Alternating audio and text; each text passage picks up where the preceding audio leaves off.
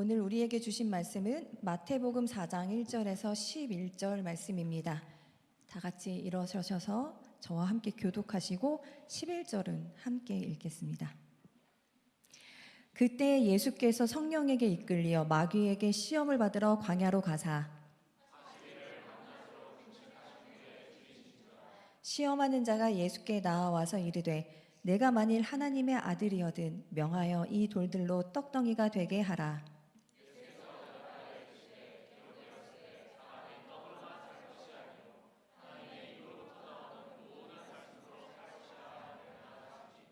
이에 마귀가 예수를 거룩한 성으로 데려다가 성전 꼭대기에 세우고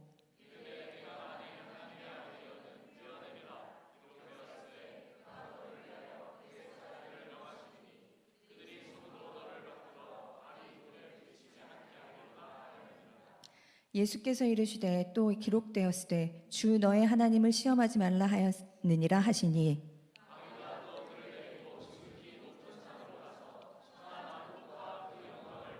이르되 만일 내게 엎드려 경배하면 이 모든 것을 내게 주리라.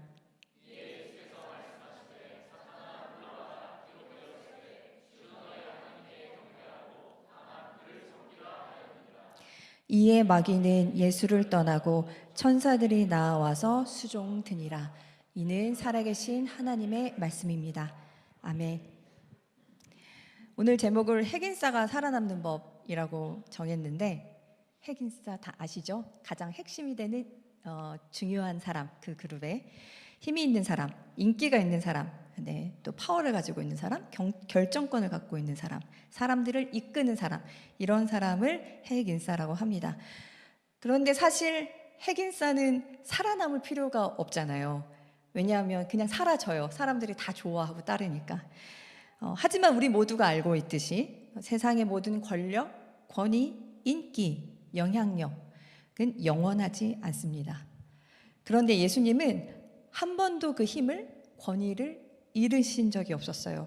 항상 세상에 꼭 필요한 존재였고 지금도 그렇고 앞으로도 그러신 분이시죠. 어떻게 예수님은 인간이라는 한계 속에서도 그 능력을 잃지 않으셨을까? 그 힘을 잃지 않으셨을까? 그 영향력을 잃지 않으셨을까? 우리에게 어떤 인간상을 보여주시려고 또 어떻게 살아야 하는지 어떤 삶의 철학을 보여주셨을까? 오늘은 사순절 두 번째 주일로서 그걸 예수님께 함께 배워보려고 합니다. 오늘 본문의 시작은 이렇게 시작이 돼요. 그때 이렇게 시작이 돼요. 이때가 언제냐면 예수님이 세례를 받으시거든요. 세례를 받으시는데 성경에 이렇게 나와요. 하늘이 열리고 하나님의 성령이 비둘기같이 내려 자기 위에 임하심을 보시더니 하늘로부터 소리가 있어 말씀하시되 이는 내 사랑하는 아들이요 내 기뻐하는 자라 하시니라. 하늘이 나를 축복하는 걸 보시는 거예요 지금. 그리고 그때 하나님의 음성이 들려요. 내가 너를 사랑한다. 너는 내 사랑하는 아들이다. 내가 기뻐하는 자다. 온 세상이 나를 축복하는 그 순간 내가 세상의 중심이 되는 것 같고 내 자아가 가장 충만한 어떤 그런 황홀한 순간이 아닐까 이런 생각이 드는데 이때 예수님의 표정, 예수님의 마음이 어떠셨을까 한번 상상을 해보았습니다. 우리는 언제 이런 충만함, 이런 어떤 황홀한 만족감 이런 것을 경험하나요? 주로 어떤 것을 성공했을 때, 성취했을 때, 내가 원하는 것을 이루었을 때, 얻었을 때 우리는 이런 만족과 행복감을 얻는데 제가 최근에 이제 여러분들 표정 속에서 발견한 것들이 있어요. 요즘 좋은 일들이 있으신 분들도 계셔서 제가 발견한 목격담 몇 가지를 소개를 해드리겠습니다. 청년부 수련회 정에 모 군이 이제 제가 물어봤어요. 썸 타던 사람이랑 어떻게 됐어? 저 사겨요. 8일째예요. 그래서 그래? 그럼 나 사진 좀 한번 보여줄래? 제가 아직 안 보여줬었나요? 그 자랑스러운 그 얼굴 있죠? 눈꼬리와 입꼬리가 만나는 그 순간. 그래서 저에게 자랑스럽게 사귀는 자매의 사진을 보여주었던 그 형제의 표정이 또 잊혀지지 않고 결혼을 앞둔 이제 예비 부부를 만났는데 계속 싸우는 거예요. TV를 사냐 마냐 막 이거 가지고 이걸 어디다 두냐 마냐를 싸우는데 계속 웃고 있어요. 그 막 오랫동안 연애하고 이제 그 결실을 맺는 이 중요한 순간에 그 행복한 표정. 그리고 가장 최근에 본 장면이 지난주 지난주 저희 기적을 맛보았잖아요. 그 윷놀이에서 혹시 모르시는 분들을 위해서 제가 소개를 해드릴게요. 딱 하나, 둘, 셋, 세 명이 던져서 이겼어요.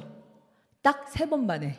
이게 어떻게 됐냐면 4강전에서 청년 A팀이랑 B팀이 붙었는데 한 팀이 너무 잘하는 거예요. 그러니까 처음에 한 B팀이 맞나요? B팀이죠. B팀이 처음 던졌는데 백도가 나왔어요. 그래서 굉장히 김이 빠졌는데 그 심판하시는 분이 백도가 처음 나오면 도에 달아주는 거다. 해가지고 도에 달아주셨어요. 그리고 나서 A팀이 던졌는데 막 두모, 윷, 뭐 난리가 난 거예요. 그래서 거의 뭐 이겼어요, 그냥. 그래서 말 하나가 거의 다 나고, 두 번째 B팀이 또 던졌는데 도가 나온 거예요. 그래서 굉장히 매기 없이 도를 업었어요. 그리고 또 이쪽 팀은 막 윷이 나오고 막 난리가 났어요. 그래서 거의 진짜 이긴 그 순간 세 번째 자매가, 그 기적의 주인공이 모가 나왔어요. 그래서 그래, 모가 나오면 따라갈 수 있겠다 했는데 그 다음에 백도가 나왔어요. 그래서 백도랑 모로 해서 났다는, 딱 3번 만에 났다는. 그래서 이제 그거를 본 이제 그 A팀에 있던 한 청년을 제가 주중에 만났는데, 그때 심정은 자연재해를 당한 느낌이었다는 거예요. 이건 불가항력적, 내 힘으로 할 수 없는 거다, 인정. 네, 그런 일도 있었습니다.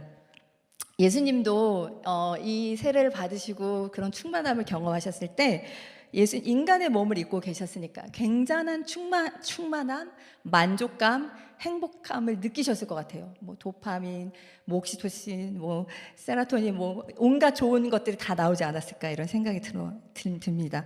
근데 바로 그때에 마귀에게 시험을 받으러 광야로 가셨고, 아주 철저히 혼자가 되고 고립되고 아무도 나를 알아주는 이가 없는 바로 그 광야에서 정체성에 대한 시험을 받으신 장면이에요. 오늘 장면이. 사단의 첫 번째 시험이 뭐였냐? 돌들로 떡을 만들어 봐라. 아니, 40일을 금식한 사람한테 가장 큰 유혹이 뭘까 생각했을 때 먹는 거죠. 우리가 그렇게 생각할 수 있는데 그것보다 더 큰, 더 중요한 유혹이 있습니다. 사단이 이렇게 말했습니다. 네가 만일 하나님의 아들이거든. 이 시험 바로 전에 예수님은 하나님으로부터 너는 내 사랑하는 아들이다. 하늘이 열리고 막 비둘기가 쏟아지고 온 세상의 중심, 그걸 경험하셨잖아요. 그런데 지금 마귀가 다른 거 아니고 뭐 거짓말해라, 죄져라가 아니에요. 그냥 네가 어떤 사람인지 증명해 보라는 거예요. 너 할 수 있잖아. 너 그런 사람이잖아. 야, 사람들이 네가 누군지 모르는 것 같은데 아무도 몰라주면 속상하지 않겠어? 충분히 인정받아야지. 내 능력을 보여봐. 그럼 사람들이 얼마나 네 말을 잘 믿겠어? 따르겠어? 지금 이 마귀의 유혹이 틀린 말도 아니고 죄를 짓게 하는 유혹도 아니에요. 그럼 이 마귀의 목적이 뭐냐? 십자가 지시는 걸 방해하는 겁니다. 왜냐하면 세상은 힘으로 바뀌는 게 아니라 십자가로 바뀌기 때문이에요. 악은 더 큰 힘으로 눌러서 없어지는 게 아니라 사랑의 힘이 악한 힘을 무력화시켜 소멸시키는 것입니다. 이 사랑의 극치를 예수님이 십자가에서 보여주셨죠. 그리고 이렇게 말씀하셨어요. 누구든 나를 따라오려거든 자기를 부인하고 자기 십자가를 지고 따라오라. 여러분, 십자가가 뭐죠? 다른 사람을 위해서 손해보는 거잖아요. 내가 가진 힘을 나를 위해 쓰는 게 아니라 다른 이를 위해 쓰는 것. 우리는 그걸 희생이라고 합니다. 그런데 자기 증명의 유혹에 빠지는 순간 우리는 절대로 다른 사람의 필요를 발견할 수가 없습니다. 이 길은 서로 나란히 있는 길이 아니라 정반대의 길이기 때문에 한 방향을 보고 달리기 시작하면 나를 증명하려는 유혹, 내가 인정받아야 하는 그것을 향해서 달리기 시작하면 다른 방향은 절대로 볼 수가 없어요. 세상의 정의와 성경의 정의, 나중에 기회가 되면 같이 성경 공부를 하고 싶은데, 이 세상의 정의는 간단히 말해서 뭡니까? 악인은 심판받아서 죽어야 하고 악인으로부터 피해자를 구해내야 되는 거잖아요. 그래서 때로는 우리는 너무 쉽게 악인을 만들어내기도 합니다. 언론의 피해로 무고한 사람이 희생을 당하기도 하고, 당시 예수님도 그 여론몰이로 십자가에서 죽으셨어요. 물론 예수님은 스스로 악인들을 물리칠 힘을 충분히 갖고 계셨지만 힘이 아니라 사랑을 선택하시기 위해 받아들이신 것, 그게 다르죠. 자, 성경도 같은 정의를 말합니다. 악인으로부터 피해자를 구해내는 것. 하지만 성경은, 예수님은 거기서 멈추지 않습니다. 하나님의 정의는 에스겔 33장 11절에 이렇게 나와 있어요. 너는 그들에게 말하라. 주 여호와의 말씀이니라. 나의 삶을 두고 맹세하노니 나는 악인이 죽는 것을 기뻐하지 아니하고 악인이 그의 길에서 돌이켜 떠나 사는 것을 기뻐하노라. 이스라엘 족속아, 돌이키고 돌이키라.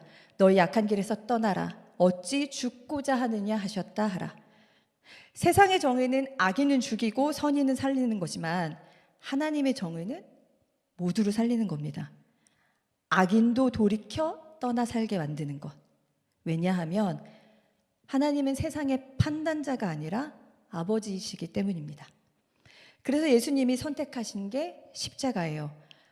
악인을 만드는 그 거대한 악의 힘, 그 존재를 바로 없앨 수 있는 힘을 갖고 계셨지만 악의 제거는 곧 악인의 죽음과도 같기 때문에 하나님은 차마 자기 자식을 자기 손으로 죽일 수가 없어서 스스로 악을 받아내시고 십자가에서 죽으셨습니다. 그러면 이런 질문을 할 수가 있어요. 누가 악인인가요? 하나님을 안 믿으면 그 불신앙을 악이라고 하는 것인가요? 근데 예수님이 이렇게 말씀하셨어요. 속에서 곧 사람의 마음에서 나오는 것은 악한 생각, 곧 음란과 도둑질과 살인과 간음과 탐욕과 악독과 속임과 음탕과 질투와 비방과 교만과 우매함이니 이 모든 악한 것이 속에서 나와서 사람을 더럽게 하느니라. 악한 생각, 다른 사람이 가진 재산, 재능, 자리, 공로, 그것을 빼앗고 싶어하는, 도둑질하고 싶어하는 마음, 내 마음으로도 충분히 죄짓는 그 음란, 돈을 위해서라면 물불 안 가리고 달려드는 탐심, 내가 하나님도 아니면서 내가 마치 모든 판단을 할 수 있는 것처럼, 내 판단이 확실한 것처럼 판단하고 쉽게 말하는 그 비방, 교만, 이 모든 게 사람의 속에 있다는 거예요. 그러면서 그 악을 심판하시는 하나님이 그 악의 대가를 스스로 받아내셨고, 누구든지 그 하나님의 사랑을 깨닫게 되면, 다시 말해 내 속에 악하고 비겁하고 비열한 마음들을 발견하고 인정하고 나면 그분의 선하심과 도우심을 받아들일 수 있고, 그제서야 그분이 말씀하신 삶의 방식을 저희가 따라갈 수가 있는 거죠. 그래서 사단이 주는 두 번째 시험이 있습니다. 높은 곳으로, 세상을 내려다보고 사람들이 나를 우러러볼 수 있는 더 높은 곳으로 데려가서 이렇게 말하죠. 너가 하나님의 아들이면 뛰어내려봐. 그럼 천사들이 와서 너를 다치지 않게 해줄 거 아니야. 와, 멋있겠다. 완전 영웅. 사람들이 얼마나 환호할까. 세상은 이렇게 더 큰 힘을 가진 사람들을 영웅이라고 합니다. 그리고 내가 더 큰 힘을 가진 존재가 와서 이 세상에 더 큰 힘을 가진 존재가 와서 우리를 구해주길 바라는 것. 그런 게 굉장히 영화의 소재에 많죠. 뭐 어벤져스도 있었고, 얼마 전에 무빙, 뭐 초능력에 관한 그 영화는 굉장히 많잖아요. 우리가 가지고 싶은 걸 투사하는 거죠. 우리는 얼마나 힘을 가지고 싶고 또 힘을 쓰고 싶어 합니까? 예수님을 믿으면서도 저는 얼마나 영웅이 되고 싶어 합니까? 돈으로, 힘으로, 내 위치로 문제를 해결할 수 있는 권위자, 높은 곳에 있는 사람, 거기에 막 성격도 좋고 인격도 너무 훌륭하고, 우리가 바라는 크리스천의 상이 어쩌면 여기에 있는지 모르겠습니다. 그런데 예수님이 가신 길은 낮은 길이라 역시 절대로 같이 갈 수가 없습니다. 정반대의 길이에요. 그래서 좁은 길, 사람들이 잘 가지 않기 때문에 길이 나지가 않아요. 좁은 길. 십자가를 진다는 건 가진 힘이 아니라 사랑의 기적을 믿는 것. 군림하는, 또 지배하는 힘이 세상을 변화시키는 게 아니라 보살피고 감싸주고 덮어주는 힘이 세상을 천국으로 만들어 간다는 걸 믿는 것. 세상은 높아지면 안전해지고 결정권을 많이 가질수록, 지배할 수 있는 힘이 커질수록 사람들에게 사랑받을 거라고 말하지만, 또 화려한 삶이 나에게 만족감을 주고 행복을 줄 거라고 유혹하지만 그 바벨탑 쌓기를 거부하고 내가 가진 힘으로 외로운 사람들의 친구가 되어주고 가난한 사람들의 도움이 되어주고 좌절한 사람들의 위로가 되어주는 걸 꿈이라고 말하는 것, 그걸 자기를 부인하고 십자가를 진다라고 말을 하는 겁니다. 여러분, 십자가 하면 고난이 떠오르시지 않으세요? 예수님이 십자가에 못 박혀 죽으신 그 고통스러운 장면을 저희가 많이 떠오르는데, 그래서 십자가의 반대말이 마치 편안하고 막 부유하고 이런 거라고 저희가 생각할 수 있어요. 그런데 십자가의 반대말은 자기 증명, 능력과시. 너 크리스천이지? 증명해봐. 너 목사지? 너 공부 좀 했지? 가서 아는 척 좀 해봐. 너 돈 좀 있지? 네가 얼마나 많이 갖고 있는지 가서 보여줘. 그 돈으로, 그 힘으로, 그 지식으로 사람을 사라고.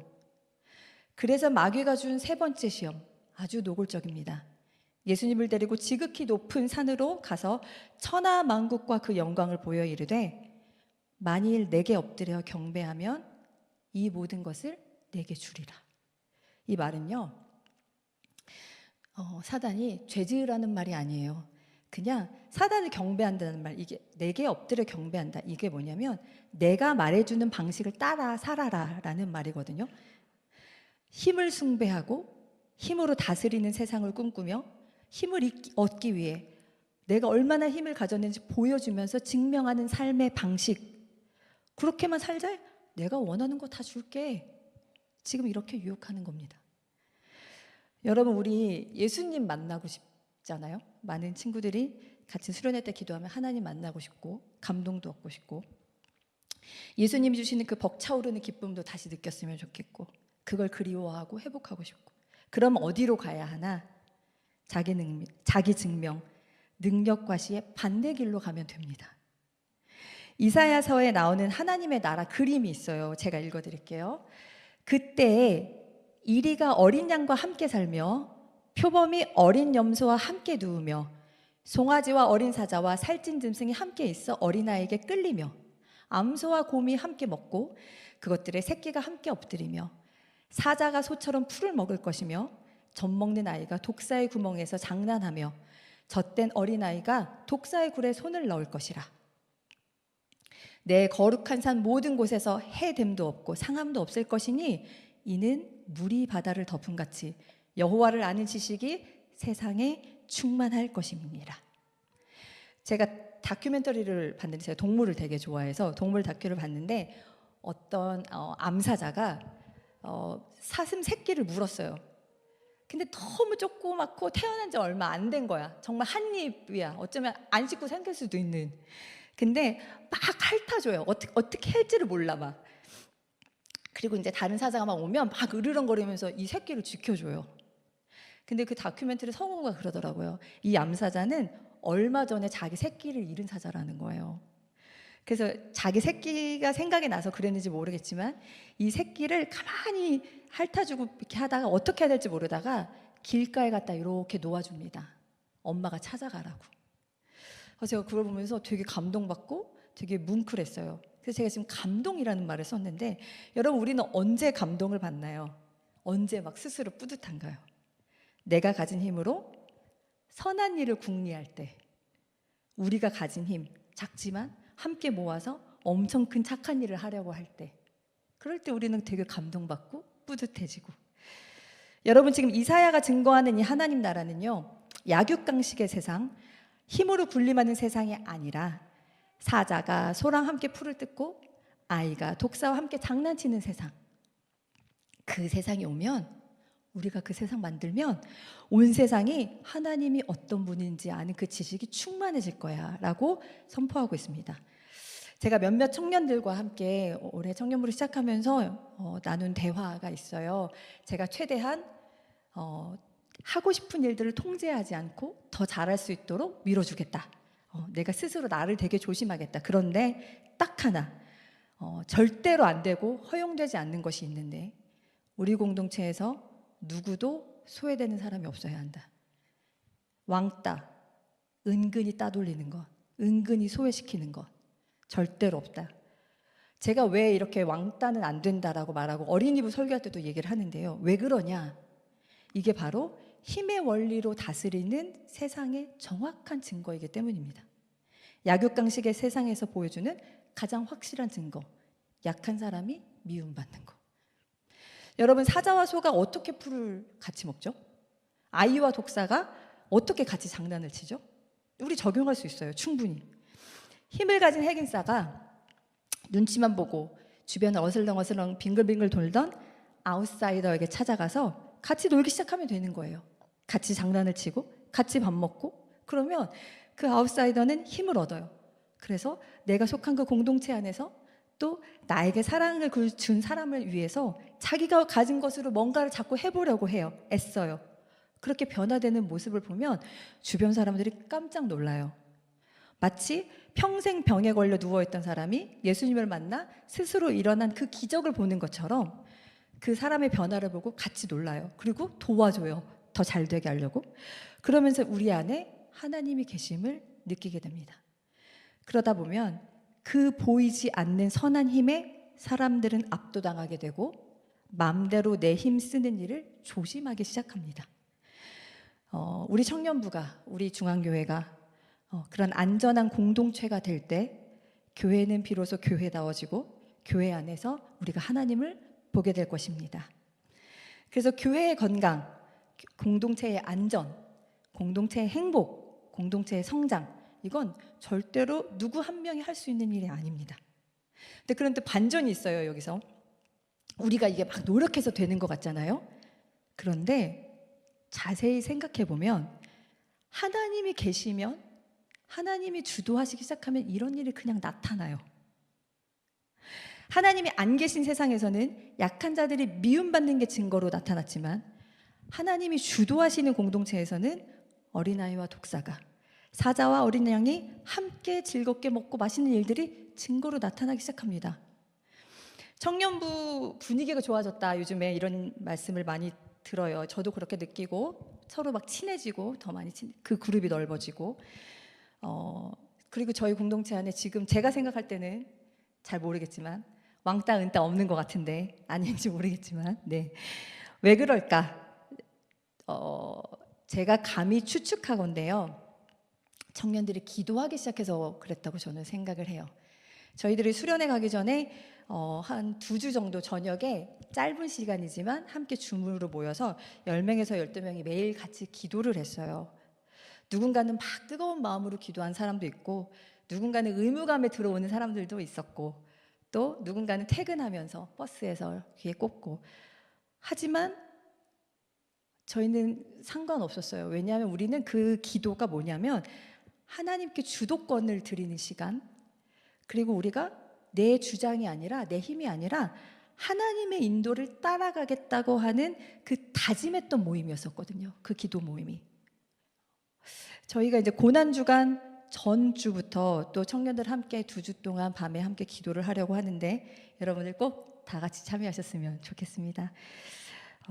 그럴 때 우리가 그렇게 하나님의 일을 바라고 우리가 하나님의 힘에 의해 우리가 통제받겠습니다 라고 할 때 하나님이 비로소 우리 공동체에 하나님의 일을 나타나시고, 그때 나타나는 증거, 모든 사람이 사랑받는 거, 그 일이 나타나기 시작하고 지금 우리 공동체에 그 일이 나타나고 있다고 믿습니다. 여러분, 사순절 우리가 이제 어떻게 살아야 되고 어떻게 힘써야 되나 지난주부터 말씀을 듣고 있는데, 먼저는 각자 우리가 속한 세상에서 꼭 필요한 존재가 되어야 합니다. 그러면 권위가 주어지고 때로 능력이 주어지고 힘이 주어지고 발언권이 생기고 영향력이 생기죠. 그러면 거기서 우리는 다른 길로 가는 꿈이 있어야 하는데, 더 큰 목표를 갖고 있어야 되는데, 그게 뭐냐? 우리가 가진 힘으로 아싸를 인싸로 만드는 거.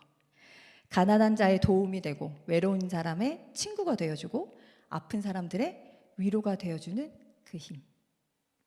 우리가 힘을 그렇게 바르게 쓰지 않으면 하나님께서는 반드시 바벨탑을 흩으셨듯이 우리의 힘을 흩으실 거예요. 왜냐하면 그건 나도 세상도 다 망하게 하는 힘이기 때문입니다. 그런데 우리가 계속해서 우리가 가진 힘을 바르게 쓰려고 한다면, 우리가 그렇게 예수님의 삶의 방식을 따르려고 한다면 우리는 어디서나 세상에서 꼭 필요한 존재로 살아남을 것이고, 또 세상을 바꾸시는 건 하나님이 하시는 일이지만 그 일에 쓰임받는 영광스러움, 보람, 기쁨이 우리 삶의 곳곳에 나타날 것입니다. 우리 이 시간 함께 찬양으로 기도를 할 텐데요.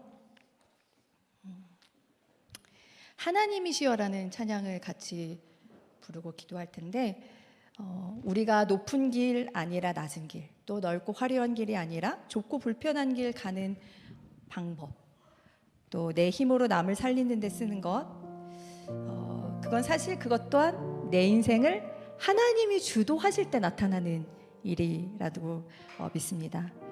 그래서 하나님으로 충만하고 내가 그분으로 만족하고 그럴 때 우리는 되게 어렵고 고통스럽게 낮고 힘든 길을 가는 게 아니라 그냥 그렇게 즐겁게 예수님이랑 걷다 보면 그 길을 가지게 되는 거죠.